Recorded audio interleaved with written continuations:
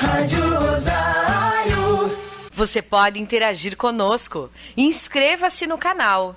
Deixe o seu like. Se quiser, também comente e compartilhe este vídeo. Na nossa programação, com muita alegria, nós estamos em contato com o padre Alfredo Gonçalves. Ele fala conosco lá de São Paulo. Nós vamos conversar sobre uma excelente notícia que recebemos nesta semana. A todos os escalabrinianos, a toda a nossa comunidade, todos os devotos. É o processo de canonização. A Igreja Católica vai venerar João Batista Scalabrini como santo.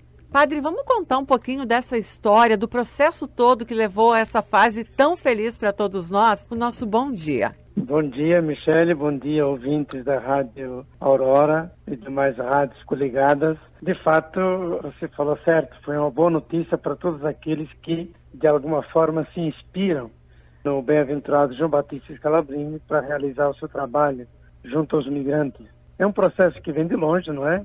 É um processo que vem desde a morte dele até os dias de hoje e que ganhou maior força a partir da sua beatificação, que foi em 97. A partir daí ganhou maior força e hoje estamos com essa notícia batendo as portas e agradecendo a Deus por tudo isso, graças a Deus. Vamos falar um pouquinho da missão. Em breve a gente vai chamar ele de santo. E que bom que a gente tenha um santo tão querido com uma missão tão bonita. Vamos falar um pouquinho da história dele. Olha, a história de Scalabrini é a história marcada pelo século XIX. Scalabrini viveu no auge da Revolução Industrial. No auge da Revolução Industrial, milhões de pessoas estavam deixando a Europa. Só para a gente ter uma ideia, quase 70 milhões de pessoas deixaram a Europa no século XIX, entrando para o século XX. Scalabrini nasceu em 1839 e morreu no início dos anos 90, em 1895. Então ele é filho desse século, um século que deixou muita gente sem emprego, sem terra e teve que migrar, buscando as Américas, Austrália, Nova Zelândia, etc. Então, esse aspecto se sensibilizou muito em Scalabrini. O aspecto do sem-pátria, dos que tinham que sair, dos que não conseguiam emprego na Europa, tiveram que sair. Esse foi o ponto nuclear que sensibilizou o Scalabrini. Ele foi pároco de Como, no norte da Itália, depois foi bispo de Piacenza, na diocese de Piacenza. E aí, visitando a diocese, ele descobria que só havia idosos, crianças e mulheres. Os homens, na verdade, tinham partido para as Américas. E aí ele começou a recolher missionários e missionárias para ajudar esses trabalhadores. Alguns a partir da Itália, outros imigrando para os Estados Unidos, para o Brasil, depois para a Argentina, mais tarde para a Austrália. E assim fundou a Congregação dos Missionários de São Carlos, e um pouco mais tarde a Congregação das Missionárias de São Carlos. E fundou também uma obra que se chama São Rafael, uma obra leiga para ajudar os migrantes no embarque e no desembarque. Padre Alfredo, a gente ficaria bem feliz de dizer que a missão de Scalabrini não é mais necessária nesse mundo, mas ela é mais necessária do que nunca. Nós vivemos, infelizmente, ainda com guerras, muitos problemas que fazem com que os seus povos precisem sair dos seus países de origem, deixar para trás a sua terra. Há muita violência ainda. Scalabrini está mais presente do que nunca. E esse processo todo agora de ser declarado santo reforça também toda a fé, a devoção, mas também a missão dele. O senhor acredita que é um passo importante para que a luta de Scalabrini continue? Eu acho que sim, Michele, acho que sim.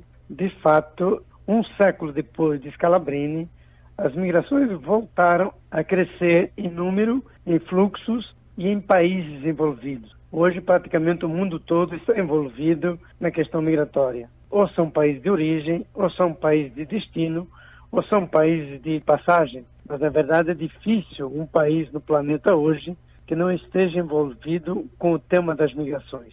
Então o tema voltou a ser muito atual e mais atual ainda com a pandemia.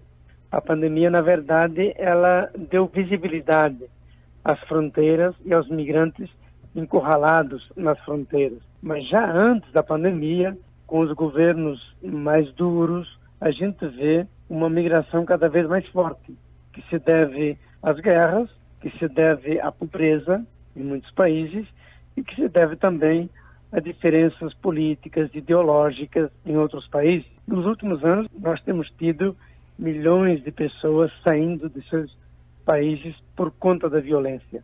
A ONU estima hoje em 270 milhões o número de pessoas que moram fora do país em que nasceram. Dessas, cerca de 90 milhões são refugiados. Esses refugiados são gente que fugiu de guerras, de violência, como da Síria, 6 milhões, da Venezuela e da Ucrânia, 5 milhões cada uma, do Sudão, mais de 3 milhões, do Iêmen, 1 milhão de pessoas fugiram, e assim por diante. Tem muita violência, muita guerra, em que as pessoas são obrigadas a buscar um refúgio em alguma outra pátria. Outros por causa da fome, das crises ambientais, já se fala em refugiados climáticos, o tema se tornou muito atual. E talvez seja isso que tenha sensibilizado o Papa Francisco. As migrações se tornaram um tema muito atual. O Papa Francisco, desde que ocupou a Cátedra de São Pedro, se revelou muito sensível ao tema das migrações, e essas coisas combinadas, ele deu um grande impulso, como você disse, seja a devoção por Scalabrini, seja as missões e aqueles que trabalham com os migrantes, sem dúvida. O trabalho de Scalabrini é reconhecido, é maravilhoso, mas nem só esse trabalho o fez santo, não é, padre? O que é necessário para que o bem-aventurado Scalabrini se tornasse santo, declarado santo? Na verdade, normalmente o processo de canonização passa por um processo bastante difícil. Primeiro é declarado servo de Deus, depois é declarado beato, em 97, depois é declarado santo. Normalmente esse processo exige alguns milagres comprovados. Para Scalabrini já havia um milagre comprovado, mas faltavam alguns milagres, ou faltava pelo menos mais um milagre. Só que em determinados casos, observando o processo e observando a vida da pessoa, o Santo Padre pode dispensar um milagre. Foi isso que aconteceu com Scalabrini. Como também foi isso que aconteceu, por exemplo, com João Paulo II e com o Papa João XXIII. Às vezes, dependendo do processo, dependendo da vida da pessoa, da santidade mesmo, o Papa pode dispensar um milagre e declarar santo, o que aconteceu com Scalabrini. Está muito ligado ao seu apostolado. Durante o seu episcopado na Diocese de Piacenza, ele fez 5 visitas pastorais em mais de 360 paróquias, normalmente paróquias que não se podia chegar de carro. Aliás, naquela época o carro era muito difícil, era charrete, cavalo ou a pé. Com isso, a saúde dele ficou muito debilitada. Ele fez, durante o final da vida, já alguns anos antes de morrer, ele fez uma viagem aos Estados Unidos para visitar os migrantes italianos, e fez uma viagem ao Brasil para visitar os migrantes italianos. Ele passou muito perto de onde vocês estão. Ele passou em Encantado, em outras cidades do sul. E tudo isso debilitou muito a saúde dele, e ele acabou morrendo mais ou menos precocemente, em 1995, com 66 anos. E quais os próximos passos agora? Todos estão na expectativa, mas ainda não temos datas, não é? Não tem data. Essa data deve sair em breve. Pode ser que seja uma data já da congregação, como fundação, etc. Ou pode ser que seja uma data do Vaticano. Normalmente o Vaticano tem o seu calendário próprio. Recentemente foram declarados santos 10 pessoas, acho que a semana passada. Então provavelmente vai ter outra data onde o Papa vai incluir Scalabrini. Não é somente Scalabrini, tem outras pessoas para serem declaradas santas. A partir daí, evidentemente que a missão com os migrantes ganha um novo impulso, e a partir daí haverá uma série de comemorações, haverá uma série de atividades, de episódios, provavelmente muitas peregrinações a Roma ou a Piacenza. As dioceses de Piacenza e de Como devem se mobilizar muito para estar presente. Os scalabrinianos do mundo inteiro devem se mobilizar para estar presente na declaração de santo. E tudo isso, claro, o mais importante de tudo isso é que os migrantes saem ganhando.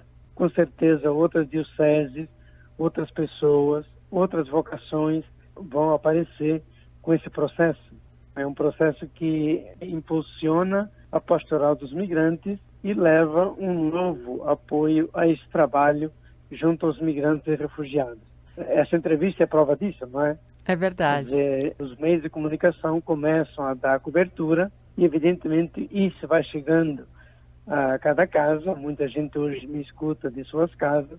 Isso vai chegando a cada pessoa e as pessoas vão se mobilizando nessas causas do migrante.